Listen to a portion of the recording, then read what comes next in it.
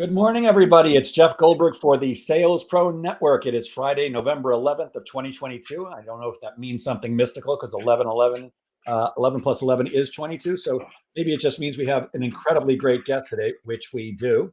As some of you know, I'm a sales coach and trainer. I work with both individuals and organizations to help them get measurable and sustainable sales increases. And I founded the Sales Pro Network as a place for salespeople to come and hang out, network with each other, ask questions, get great advice from coaches like myself. And of course, I've invited many of my competitors to be here. And every Friday at 10 a.m. Eastern, we either do a live training or a live interview with someone who can add value to the profession of sales. Before I introduce today's guest, if you're watching us live, please say hello in the comments. If you're watching us live on Facebook and you have not connected your account to StreamYard, it's just going to say Facebook user, so I won't know your name. So if you do comment, please say who you are. If you have any questions for our guests, put those in. And finally, if you are watching us on replay, please put replay in the comments. And now it's my pleasure to introduce you to Jeff, the Shredneck Lavin. Jeff, good morning.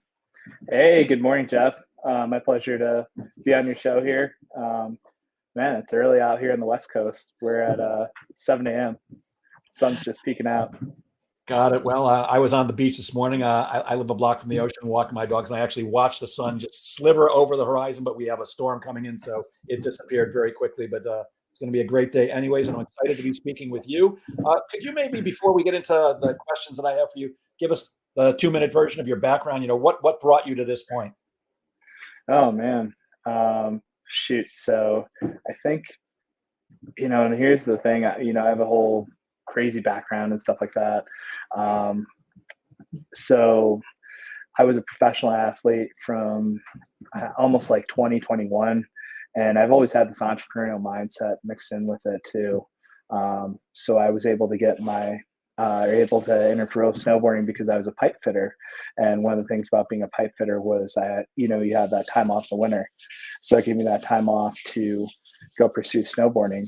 And then from there too, my end game with that was ultimately be like a master where I could have multiple journeyman training apprenticeships or apprentices underneath me. So I'd have a leverage business at like 30, 40 or something like that.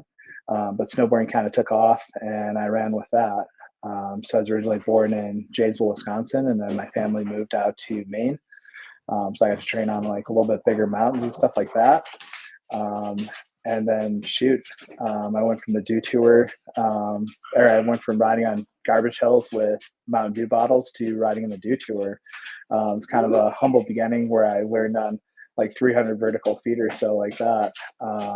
At the height of my career, I had about 10 different sponsors from like Monster to Oakley, PacSun, and all the big names like that.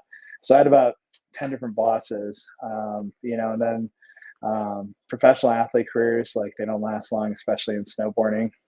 They call us disposable heroes. So after, I was like 29 or so. My one sponsor at the time said, "Hey, we'll give you like a year contract to come train the younger guys." And I said, "Nah, you know what? I'm just going to start my own snowboard brand and I'm going to make boards." And they all kind of like laughed at me like, "Yeah, right." And then I said another funny thing. I was like, "Yeah, well, I'll be gunning for you in 5 years." And then they all like really laughed and they're like, "Yeah, right. Good luck with that." But it's kind of crazy because all that came true. But it's been a fun run. Fast forward, I've taken several exits from businesses that I've started or been an equity share with. And then now, I'm in the private equity world, buying, repositioning businesses and doing stuff like that. And, personal development's always been a big key thing of mine. So I've written a few books on it, and then I'm kind of getting more into the how-to and the what, selling the infopreneur knowledge and stuff like that. It's been a fun run, but the game of entrepreneurship, you're always learning, changing, evolving, and just rolling with the punches. And you had the shift and the pivot of 2020, and it's a challenge. And right now we're kind of in this recession, and it's something I've been waiting for, just based on the historical data we have from 2008.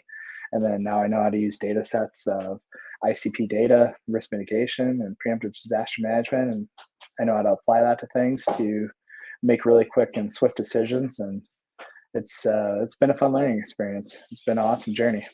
It's great. Why are snowboarders disposable? Is it because they're so prone to injury? Oh, well, let's see. Um, Countless concussions. I've had multiple CAT scans. I could sleep in one of those things pretty good. X-rays. I lost track of that by the time I was like 14, but like 18, 19, 20, like God, there's like a file cabinet of those alone that followed me. Then by the time I was like 24, 25, I had back-to-back ACL reconstructions on both my knees. Um, I did the one in 2006 of February, and then rehabbed that, and then came back, and I had a 4-day season. I blew out the other one. So in that time, it gave me an opportunity to pursue kinesiology and personal training just to really become a better athlete. And then I also created a database of awesome places to go, things to do, um, other interesting stuff that pertain to snowboarding. And then I had a bunch of my other friends and colleagues that rode in other disciplines like skateboarding, surfing, motocross.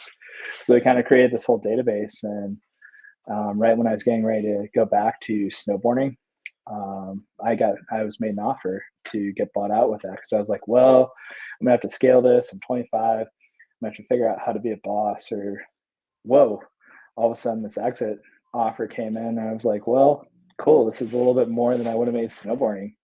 Awesome.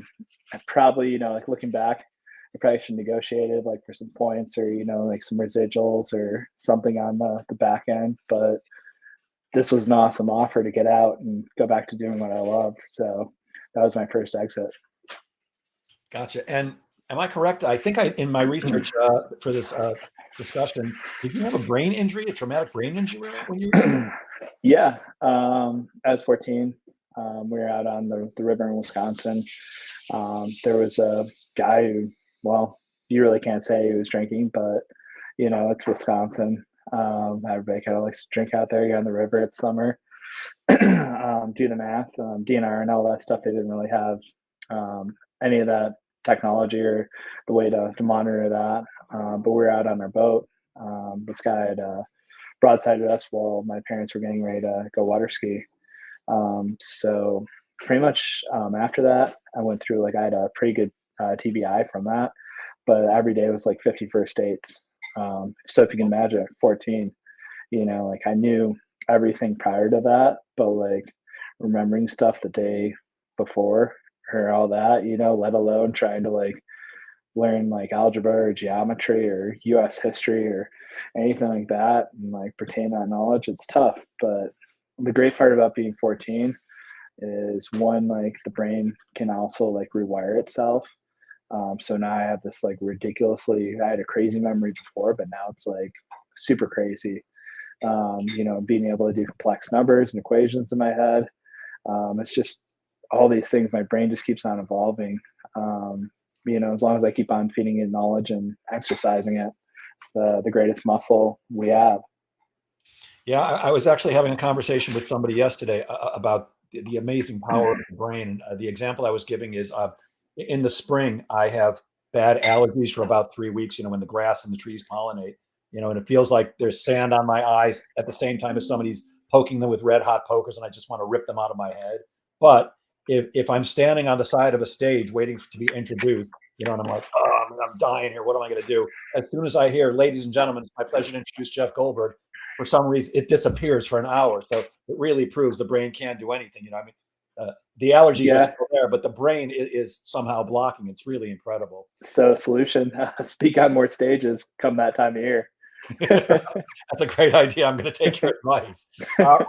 Let's talk because this is a group for salespeople. Salespeople and especially strong closers. Typically, they are big on personal development. I certainly am, and I know you are. What are your thoughts on personal development and why? Well, personal development, it's the mindset, everything. How we do anything's how we do everything. Um, it's so key. If you don't have a strong mind and you're not able to, are you familiar with Peyton Manning where he says Omaha? You're not able to do the react, where he calls the Omaha the audible react, internalize it, externalize it, and respond. It's so big. I'm big on the 4 P's of practice, patience, persistence, and perspective. Practice because you need the reps, persistence because you got to keep on going. Um, and the perspective too, because you always need somebody else telling you um, just that point of view of how things are going. But it's the foundation of everything we do in life. Yeah, I love that you said practice. I quite often meet people, and in my life, I've probably been the same way. I want everything easy, and I want it all done yesterday. And I had a partner at one point in my business, and he used to say, "It's all about the reps. You don't walk into a gym, pick up a weight one time, and go, okay, I'm pumped." It takes work and it takes consistency. I love that. You also used what you call a simple system to change your life, and you wrote about it in your book, Get Awesome, Above and Beyond Where Passion Meets Purpose. What's that all about? So my simple system is, goal setting, working like one, I talked about, the 4 P's, goal setting where you're working backwards, set your goal. Case in point, we all have a time when we graduate, high school, college, or whatever. So set that, and then you have your 4 years, you have your year, you have your semester, you have your quarter. You can break those down into like little mini goals. And from there it's the mini goals of, all right, here's a week, here's a day. If you really want to get micro with it, you can go to the far micro, and then you can also zoom out to the macro. But I found that always serves me well, is speak it out there, and then once you speak it out there and set it out there and set it in stone, just figure it out backwards. And that's one of the great things about being dyslexic too. I can look at things backwards and from the inside out and outside in. What's DAM stand for? Mothers Against Dyslexia. Got it. Okay. Professional salespeople, they have to deal with a lot of rejection. Are there like bears or something rumbling around back there? Oh, dogs. The dogs are, yeah. I keep glancing over mine to make sure it's not, this one. Yeah, they've woken up. Got it. There's a Great Dane and a pit bull German Shepherd. We've got Chief and Odin. They're chomping on their food. Like, guys, I have a pug, and right now I'm watching my ex-wife's dogs, who's a little Chihuahua. But right now she's sleeping, so we're okay. Sales, most salespeople face rejection on a daily basis, and it can be very discouraging. Tell me a little bit about the power of a positive attitude. Oh God, what's it? There's so many. Who says like you need so many no's? Like sometimes it's 100 no's to get one yes. And if you're just in that complete negative state of, oh, I got told no, you're probably gonna quit after like the 5th or 6th no, or especially if you get that nasty no, like on the 7th time, where we've all had those before. But the positive attitude is just, it goes a long way. So yeah, all right, cool. I got 10 no's. Awesome. I'm that much closer. I'm that much closer. I'm that much closer. It's the hope and that perspective that keeps you going, even on the darkest days.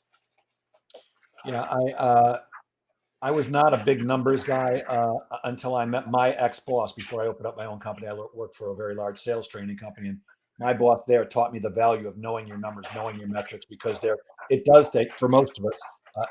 I meet people regularly say, "Oh, Jeff, I close 100%, or I close 90%." And my answer to them is always, "I want to take your training because I don't close 90%." I mean, I want to hire those guys. Anybody that's closing at 100%, doors wide open. Well, here's the thing. First of all, nobody's That's rare. I always ask, show me the numbers, show me the contract, show me how many people you spoke with. And nobody's ever shown me that they can close 100%. And if they did, my strong feeling would be that they're most likely only talking to easy prospects, and they're missing out on deals that they would get if they saw more people and face some rejection. So that 100%, I mean, 100%, I don't know anybody who really closes 100%, but yes, I would hire them too. So all I could do is walk on the stages, let somebody close deals for me. Yeah, that's a unicorn. Exactly right. So how do we stay positive though in the face of that massive rejection? Is it simply knowing that it's going to take me 5 no's to get a yes, or 10 no's to take a yes? Or are there any other advices or maybe tricks that you have, hacks? for staying positive in a mostly negative world? Well, that kind of goes back to the 4 Ps. That's something I live off of. Like you got the practice, you got the reps, right? Patience is it's a virtue. But having that patience to stay with it, persistence, to keep on going and keep on charging, and then the perspective of having somebody else share that with you, or share what's working, what's not working, and make those micro adjustments. But really, it's yeah. I mean, everybody says stay positive, but for me, it's sometimes it's unplugging and getting back into state. Like it's change your state. So I travel around quite a bit. I call myself an adventurepreneur, where sometimes I'm working on my truck camper out of a sailboat or something like that. Change your state, change your mind. And then there's other little things you can do too. Like if you're at the very bottom of existence of I'm absolutely miserable, this is horrible. What can you do to make that state change and go like 2 steps above? Just to bump that up to like, all right, this still sucks, but it's not as bad as it was there. And for me, it's a perspective too of, I get another day on this crazy rock. Like I celebrate the little things that people can't do. Um, Here's a kind of a fun exercise. If like you really need to get in a positive mind, do this for 21 days. Get out of bed like you won the Super Bowl, and brush your teeth like you scored a touchdown, and just celebrate those little things. Or, oh, I'm cooking, or I can pour a glass of water and I can drink from this. Take just take gratitude and just the everyday little things of, oh, I can put my shoe on. I can put my left shoe on. I can put my right shoe on. Even I've had days like that too, where like I've had strains and stuff like that as an athlete, where I'm like, oh man, this is a stretch. Sometimes I'm celebrating, hey, I'm not in pain. So it's taking gratitude in everything, all the simple little things that somebody can't do. Somebody out there can't get out of bed. Somebody out there can't get in the shower, put on their own pants or shirt. So it's just all about that perspective. Yeah, gratitude's a very high space, and I think most people, I say most people live in the muck, M-U-C-K, the muck, and I think most people, or many people, wake up like, oh, I can't believe I got to go to work again today, as opposed to waking up and going, today's another opportunity for me to work towards my goals. It really is a mindset thing, and I've trained myself that every morning as I'm walking my dog, I'm talking to myself out loud, saying positive things, because your brain is listening as you speak to yourself, and you're programming yourself. I love all 4 Ps, and I keep coming back to practice. I was coaching somebody just yesterday, and I was giving her an example of how I would say something. She goes, "Wow, how do you do that?" I said, "How do I do that? Because I've done it 10 gazillion times. It's over and over and over." I was actually coaching her. She's in a company where she's supposed to read from a script. I said, "The key is you can't sound like you're reading from a script." And her question was, "Well, how do I do that?" I said, "Practice. You'll know you've done it enough when your husband is elbowing you in the night and going, 'You're doing your script in your sleep again.' That's when you'll know it." Because right, exactly, because people want to deal with people; they don't want to deal with a script. And in some instances, you need one, or at least an outline to work on. But it really is practice. I often say I'm the. I don't know if you're too young to know who this is. Ralph Cramden. Do you know that name? sounds familiar. He was a TV character when I was a Okay. kid. He was Jackie Gleason. He was a bus driver in Brooklyn, and he was always going to get wealthy. Well, I'm the Ralph Cramden of salespeople. I've been looking for the easy way to make a crap load of money my entire career, which at this point is 48 years. Haven't found it yet, but I have found that hard work does. Yeah, hard work. Hard work combined with smart work. You take those two, and then a little bit of the law of attraction too.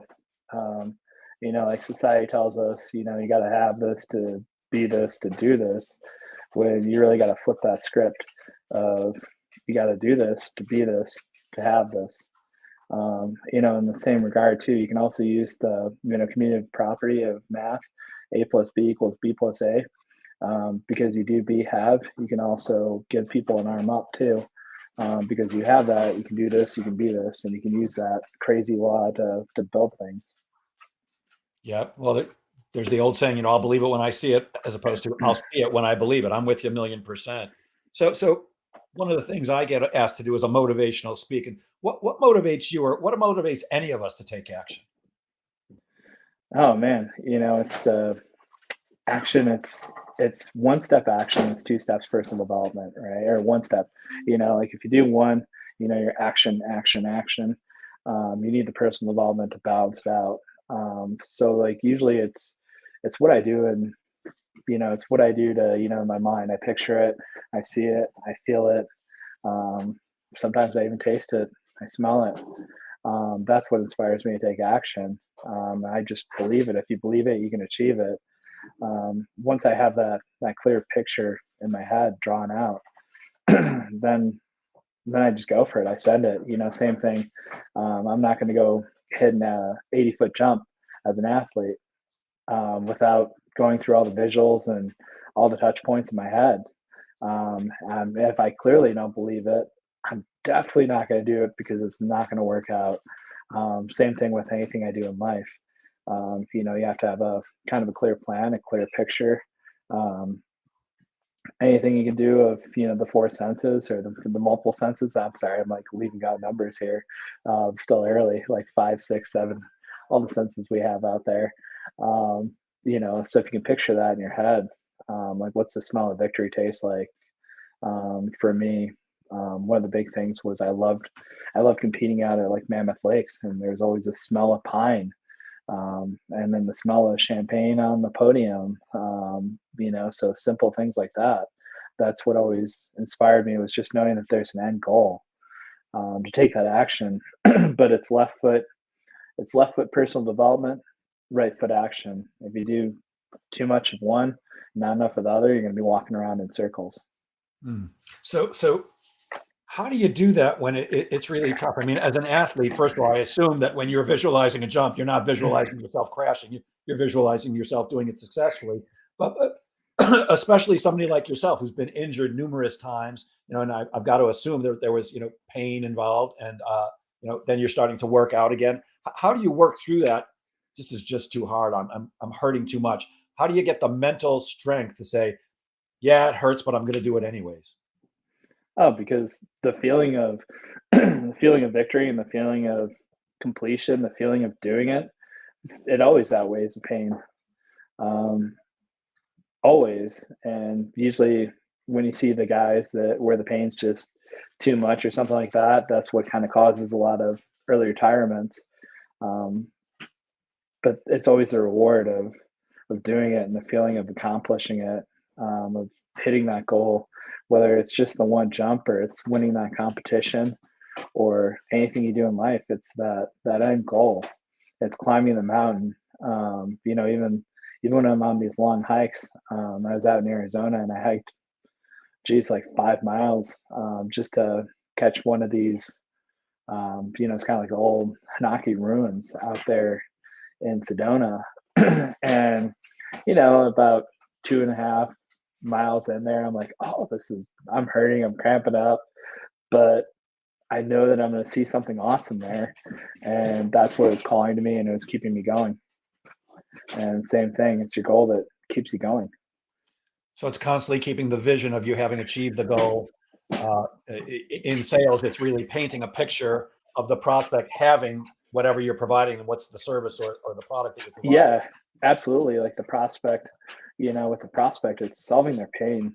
Um, Especially in the coaching world, or if you're in the finance world or personal development world, people have a lot of pain points. Especially in entrepreneurial worlds and stuff like that too. Like it can be a lonely space. So sometimes it's solving that pain point. Maybe it's they're stuck at mid six figures and they're trying to climb to seven to scale. So that gives them the freedom.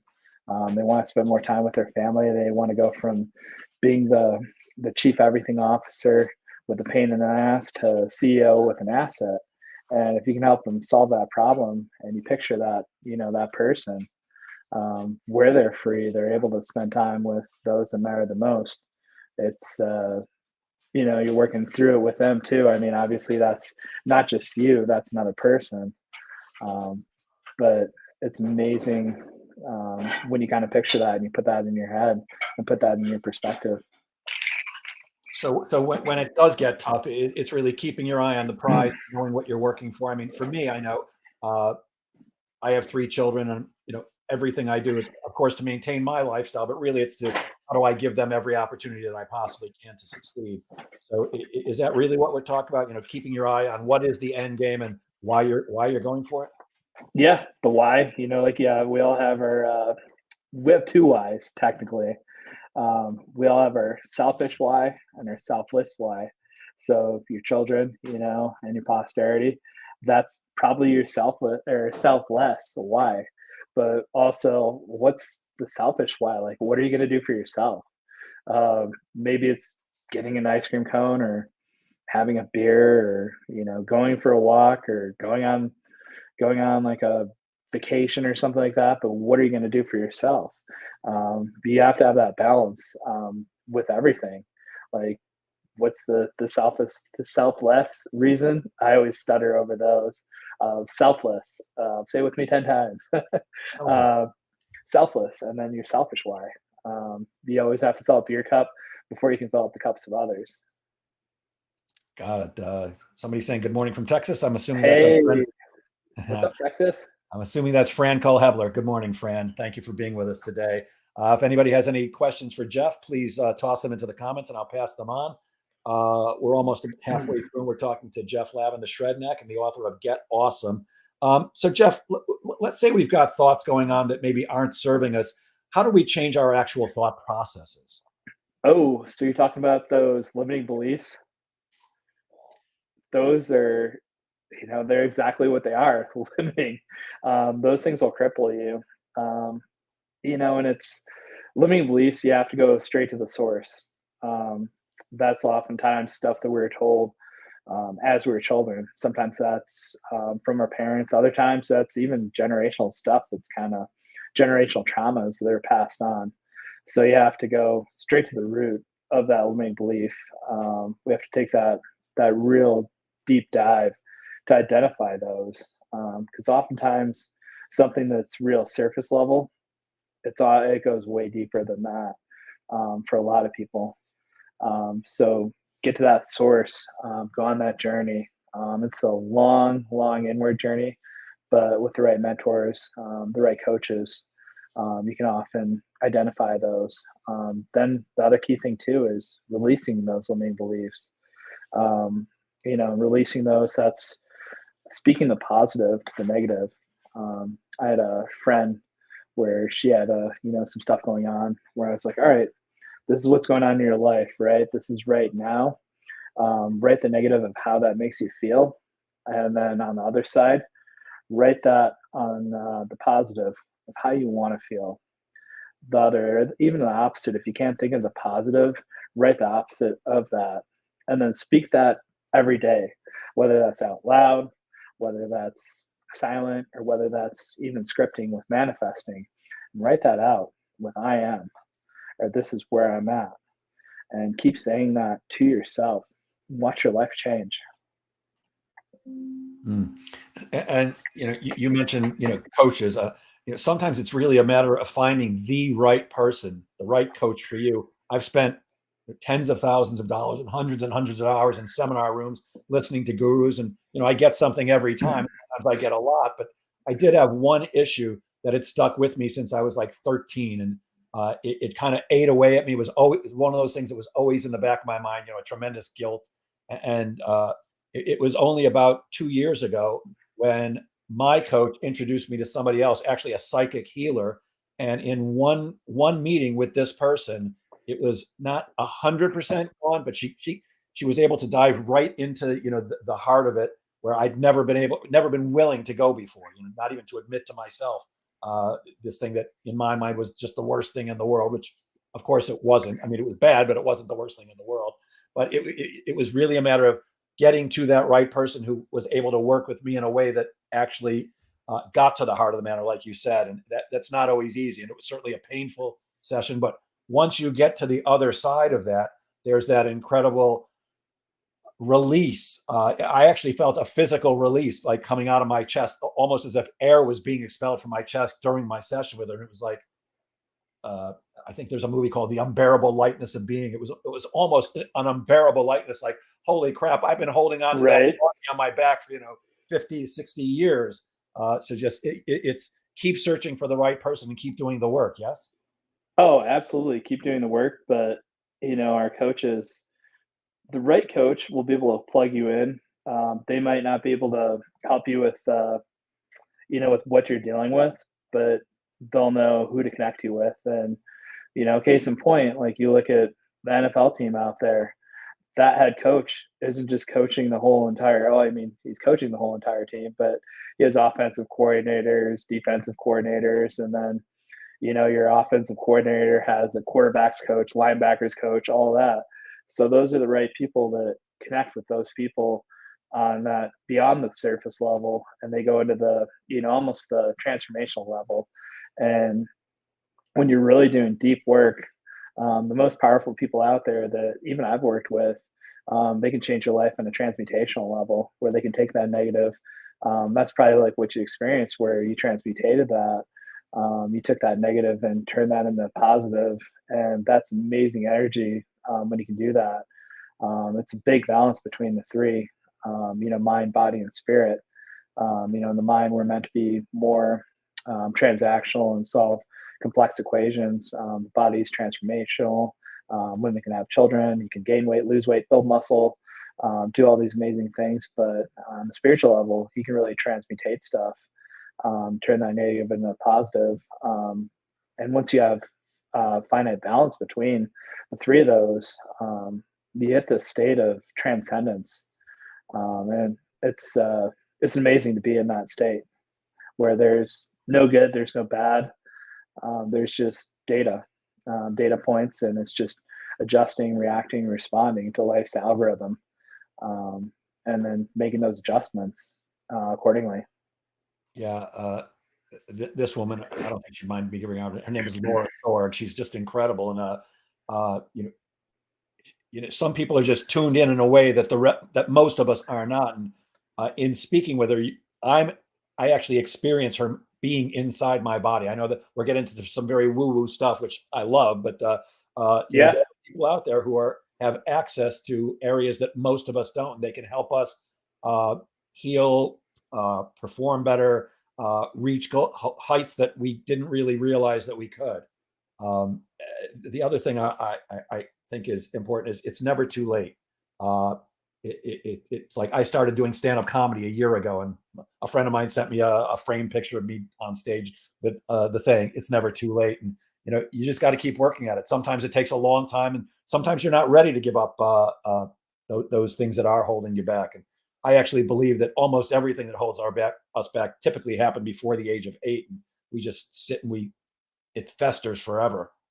Oh, it does. And the sooner you get to those, limiting beliefs, and the sooner you can identify them, that's the toughest part. Then it's doing the work of releasing them. I mean, they're equally both tough, but it starts at the root, and it's Yeah. getting to the root, to the root cause, and then going on that journey. Sometimes it's working with mediums and people in the empathic world that help you with that. Other times it's working with somebody. So I mean, it's a different place for everybody. Sometimes somebody needs the tough love coach.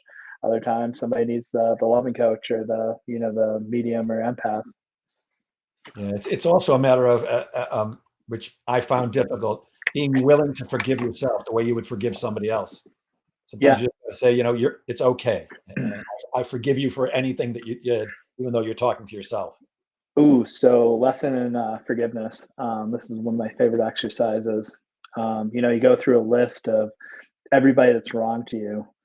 You write them down: mom, dad, coach, spouse, kid, dog, anybody that's made you mad. And then you write them down. Then you begin to like cross them off by forgiving them, speaking it out to them. If you can't, sometimes it's right. If you haven't spoken to somebody in a long time, Sometimes it's just writing a letter or typing an email and then not hitting send, but doing that exercise of typing it out. And then finally on that list, you want to write down yourself, because the big one is forgiving yourself, because once you've forgiven those people, they're just taking up rented space in your head. And then forgiving yourself for holding that grudge against them, and releasing that. And it's amazing. It's like that weight is just lifted off your shoulders, instantaneously when you do that. Yeah, I'm struggling with one of the one of those. There's a guy who keyed my car and cost me $850 to fix it. And I actually found where he lives, and it turns out he lives a couple of blocks away from me. And I walk my dog past his house every day, and it's like, there's the bastard that keyed my car. You know what? I should just forgive him. He was upset. Blah blah blah. And I'm struggling. I'm working on that one. Oh yeah, that's a tough one. Yeah. Shoot, I had a I had a friend. He grabbed one of my trucks, $30,000 truck, uh, beautiful built diesel truck, and he had a few drinks and didn't come back with the truck. Didn't even have my permission to use it when it was sitting in storage. There's a number of things there. The most important thing when I heard it happen, I said, "Well, is he okay?" Yeah, he's fine. All right. Trucks, it's just stuff. Um, Obviously, and I told him like right away, I'm upset with you, but I forgive you. And he was kind of like in tears about it. I said, well, the most important thing is you're right. Um, get help with drinking. And he hasn't drank in 3 or 4 years. So, It's great. yeah. So can we, and if we can, how do we develop a strong work ethic, and what should we do when we're burnt out? Oh, so work ethic, I mean, that's the practice, that's the reps, but it's balance. Um, you're gonna hit, hustle and grind. It's you're gonna burn yourself out. Where everybody's like go go go, and it's a big thing we see in like North America or even like Japanese culture, or a lot of culture too. It's just go go go go go. It's rhythm and flow or over hustle and grind. And there's a reason why professional athletes have such a long off season, because if you go 300 days a year, and there were times where like I'd go 300 days a year, I'd go down to the southern hemisphere, I'd go do the season down there, and I'd have like a month off in between. Yeah, I got burned out. I got super burned out because hustle and grind doesn't work. It actually puts you backwards. Um, Rhythm and flow, everything kind of happens in cycles. Like we have depending on where you live, you have winter, spring, summer, fall, all that. There's a lunar cycle, there's a sun cycle. Women, they have cycles. The sooner that we realize that everything kind of happens, and you need that balance of work and work life balance. The other thing too, it's you start hitting that burnout. Sometimes it's changing state, or it's unplugging. Um, I find that when I'm just in grind mode trying to get something done, I hit that roadblock, or I hit that point where I'm just like, I'm over it. It's time to unplug. It's time to go do something else that fills your cup, and then come back to it. Sometimes it's hiking. Sometimes for me, it's a lot of movement. Like I'll surf in the morning from 7 to 9. I'll work from 9 to 11, and then I'll take another break from 11 to 1. Go bike, maybe go surf again, or if it's winter season, I'll go snowboard, or I'll go to the gym, or I'll go do something. Um, and I figure out these problems, as I'm working through them. I find that when I'm doing something that fills my cup, I can solve those problems or those things that I'm working through way quicker. So when I come back to it, I'm in a refreshed mind. I'm in a better state. So that rhythm and flow, it just goes. Like I keep myself to maximum like 4 hour days. Um, I just know those are my super productive times, where I can be absolutely intentional Then the rest of the day, I kind of let that, I leave it open. I'm just reactional. Like responding to emails, calls, texts, and stuff like that. But rhythm and flow over hustle and grind any day. Yeah, there's a great book I read it several years back called "The Power of Full Engagement," written by two sports psychologists, and they gave example after example, proof after proof of how people who just work full out all the time are not as productive as people who build breaks into their days. Like Yeah. their suggestion is every 90 to 120 minutes you need a break, not a 2 hour break necessarily, but you need to physically and mentally you need to take a break, and that when you do that, you're way more productive. And once I started giving myself permission to, I don't have to work from 6 a.m. till 8 p.m. every night, going every second. I Ooh, actually found that to be true. More productive. I get more done, and I enjoy it more. I think I yeah. might need to hang out with you because I can't surf to save my life. I'm great at catching waves, but I suck at the pop up. I'm a good body surfer, but that board thing Oh, doesn't click. it's so sometimes that's just the you can cheat that. Just get you on a really long board, get you on like a 10-footer plus. You'll get up every time on a nice long board. The toughest thing to teach with that is your timing. And if you got the power stroke down and you got your paddle out down, it's just switching up a little bit of technique. Long board, like 10 plus, 10, maybe a 12. You'll pop up instantly. I think my board's 10 too, but without the board, I'm great. I can body surf with well, maybe not with the best of them, not with pros, but that's really what I love doing. I'm in the Northeast here, so the water's getting cold now. But I'll throw on a wetsuit and just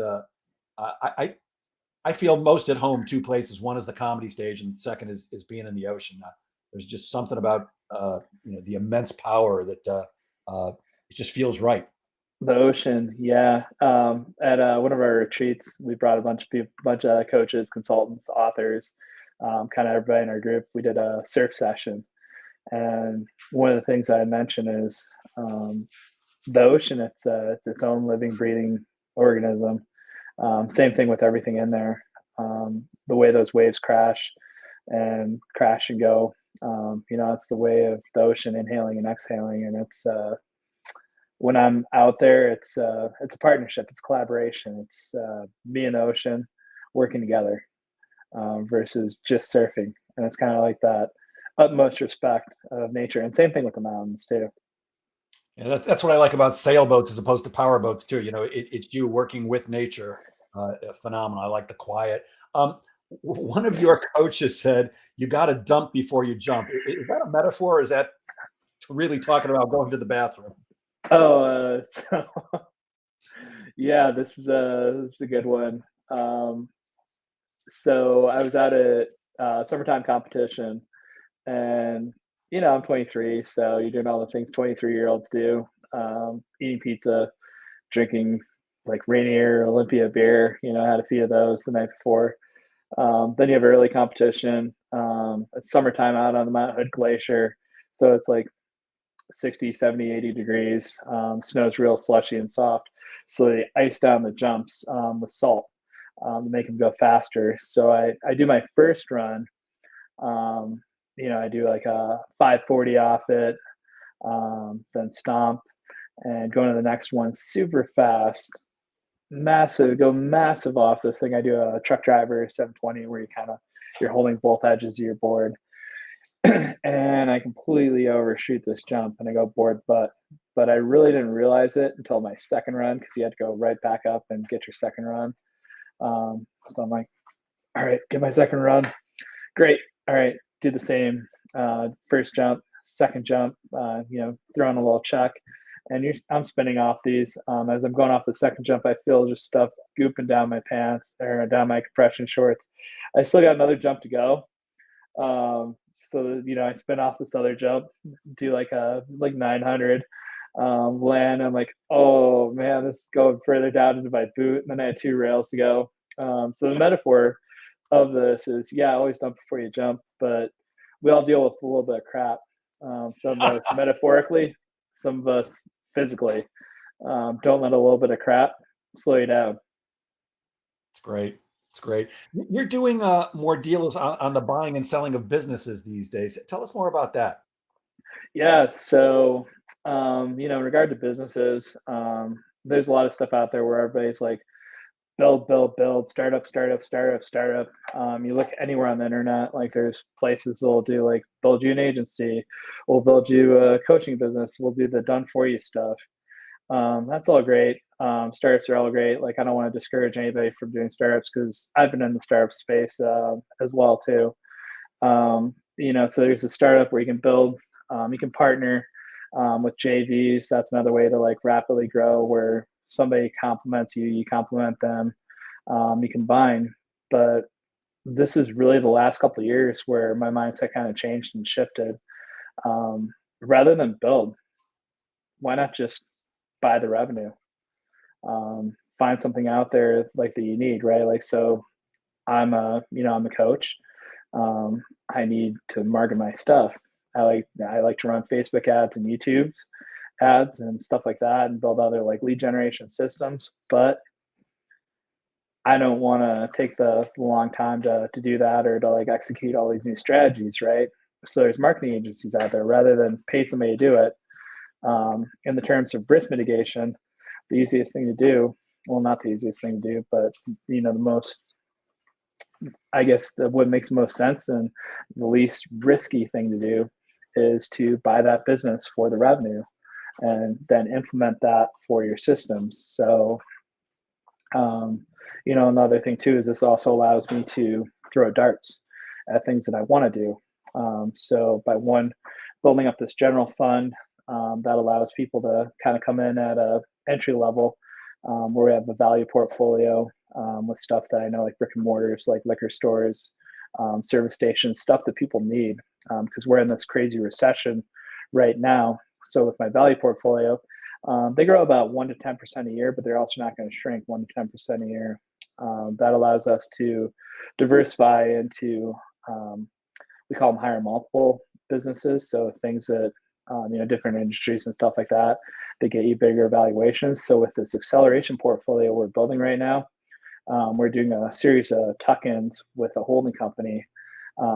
So yeah, we've started acquiring marketing agencies, software as a service products because you need something to market, and also you get their whole book of revenue, um, along with AI, then data aggregation to further just clear your entry points in your marketing agency and to build up better audiences. Then fintech on the back end, financial tech. So you're getting those exit points and you're pretty much in control of your entire funnel. And then taking these and it's a tuck in or the roll and stack where you're putting them all in there, where it gets you one big massive exit in about 2 to 5 years as you build this value up. But as you're doing this, startups have about a 90% rate of failure. Even VC, venture capital backed startups, they have about a 75% chance of failure, where acquired businesses, they're at 2%. Because why? You get the systems, you get the processes, you get everything with that. And right now, there's no greater time and low tide of this recession. The baby boomers, they're all kind of retiring and stuff like that. Not a lot of them figured out what they're going to do with their businesses. So, taking this data that around right now, 2.5 million businesses go on the market, and less than 400K will get acquired. So it's a land of opportunity to acquire and buy everything up right now, and then reposition it in the next 2 to 5, then take that exit and diversify off of that. So it's I've always loved numbers. I've loved engineering. I've loved design. Um, but this just makes sense. Where looking over a giant portfolio is no different, a massive set of P&Ls over a bigger company's P&Ls. It's just numbers, and I look at numbers as decimal points and commas, whether it's $49 or 49 million. It's just difference of a few commas and few more decimal points. Actually, one more decimal point, but you know what I mean. I hear you. Pete Ekstrom says, "Hi Jeff, got my $20." I don't think I owe him $20. Do you owe Pete Ekstrom $20? I don't know. Pete, let Pete, us know which one of us owes you $20 and what yeah, for. yeah, 20. I got 20. I got 19.99 on it. But we're glad you're here either way. You said something that I found interesting. You said that Michael Jordan, probably the greatest basketball player of all time, was humble. I've seen him on video. I don't find him very humble. What did you mean by that? MJ was humble. I mean, he knew he had it. I think what I meant is he is humble, as in he said, all the times that he lost. You ever see that bit where Michael Jordan goes through all the times that he did make the game-winning shot, but was trusted with it, or did make that right pass, or all the games that he lost? Same thing too. You go back to when he was a kid. He didn't make the varsity team. He had to go and work his ass off to get in there, to get on that spot. So I think he was humble, but there was a bit of, he did trash talk on the court, but what basketball player didn't? Um, but it's the humbleness of saying, these were the times I was trusted with the game winning shot, and these are all the times I lost. But here's the times I won, and he won when it counted. Um, I don't think, and I've been called, kind of cocky and stuff like that sometimes too when I rode. Um, but there's a difference between knowing that you got it and you can still be humble about it too. Got It's it. just confidence over cockiness. Um, is there anything, or maybe what are some of the things that maybe you wish you had learned earlier, or maybe you learned them early and they've served you well? Is there anything like that? Oh God, what I wish I would have learned earlier. One, finance. I wish I would have learned. What I know now. I would love to go plug that into myself when I was like in my 20s, because holy cow, I'd be like a multi mega billionaire. I don't know, who knows? Maybe I'd just be retired and hanging out and sailing all over the world. Buying Kind of Twitter? buying. I don't know if I'd want Twitter. Either. Anything. I don't even know if I'd want Facebook Meta either. Like that's kind of its own thing too. Maybe building or creating something like that. But no, I mean, like my whole attitude too. Positivity. That served me well over the last my whole adult life. 22 years or so, going on 23 years, be 41 here in December, of just staying positive. Like I went through a gnarly thing in March. I had a deep vein thrombosis in my femoral, and then that broke off, and I had bilateral pulmonary embolism. As I'm there, they're doing a CAT scan on me. I talked to my primary care physician, and then talked to the ER doctors. They're like, "Yeah, you have a pulmonary embolism in both your lungs." And I said, "Well, just from doing search and rescue stuff, I know what stats are." And I said, "Well, PCP rate, like my heart rate's really good. Oxygen saturation, that's at 97%. I said, guys, don't panic.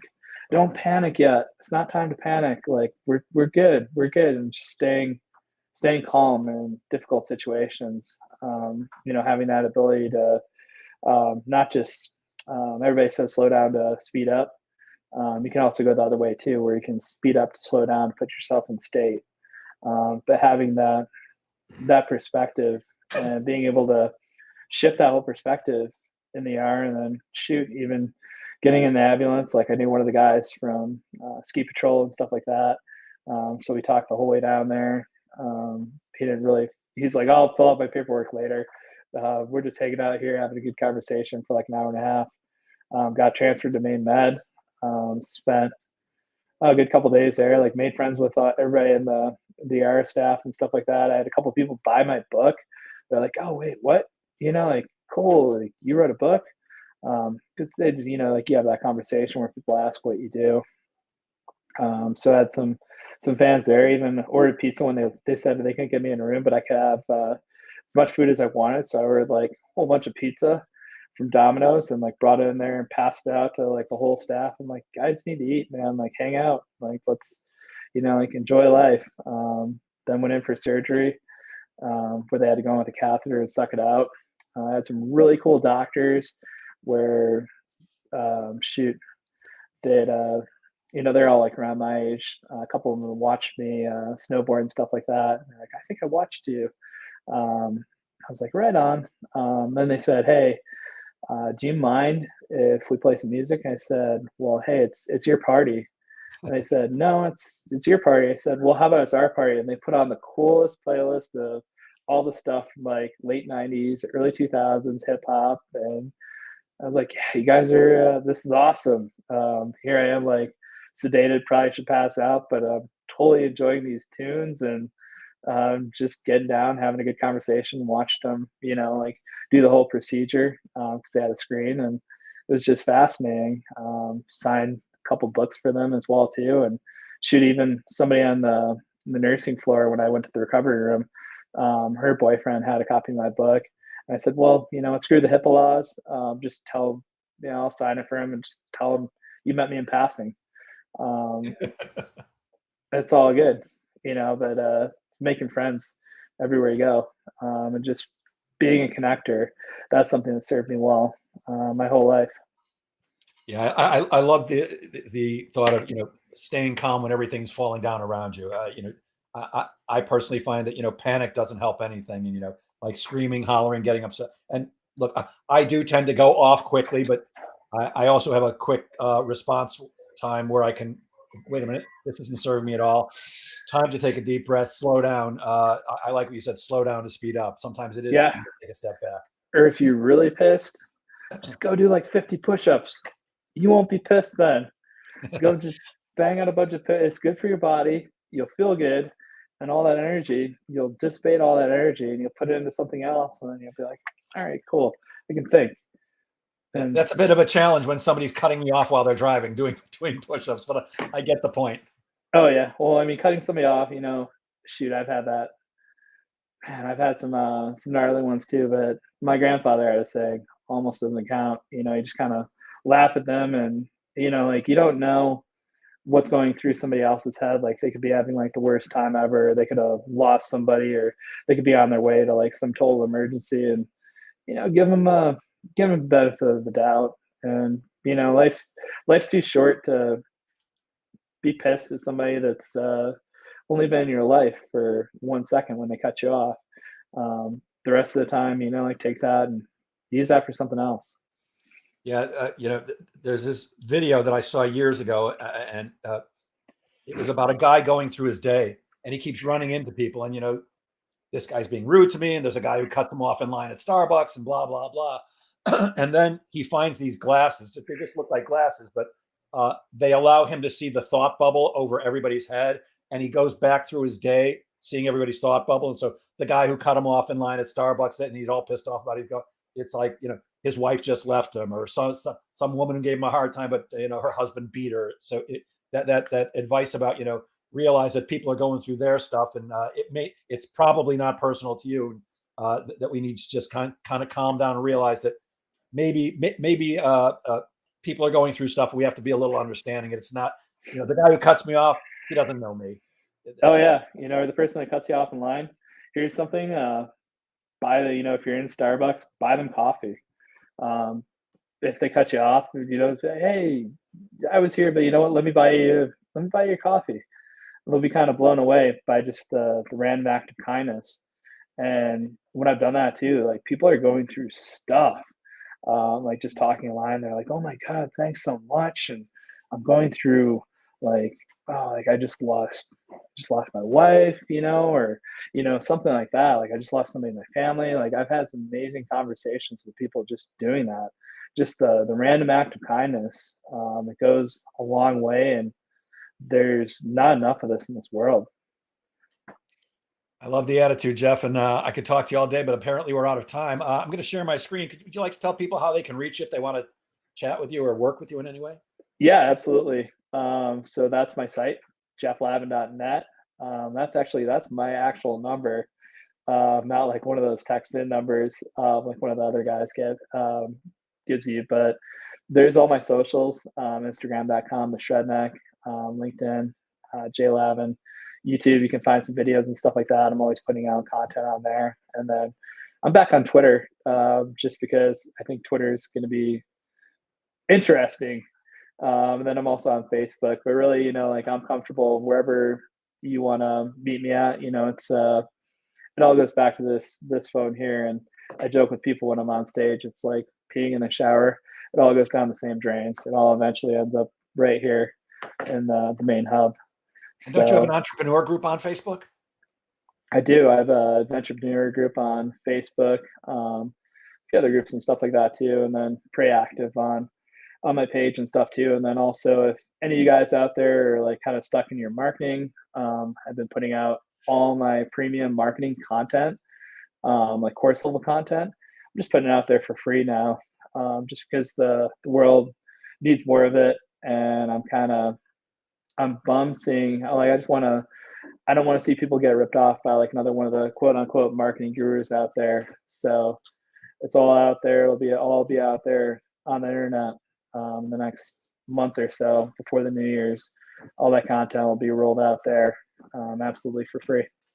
Sweet. Well, Jeff, thank you for waking up early for us, or at least getting up early and investing some time with us. And thank you for sharing your brilliance with us generously. Yeah. I'll leave as I always do. Bang, please remember that sales is the game of making things happen. So get out there and make sales happen. Thank you, Jeff. Thank you, everybody. Have a great weekend. Yeah. All right, my friend.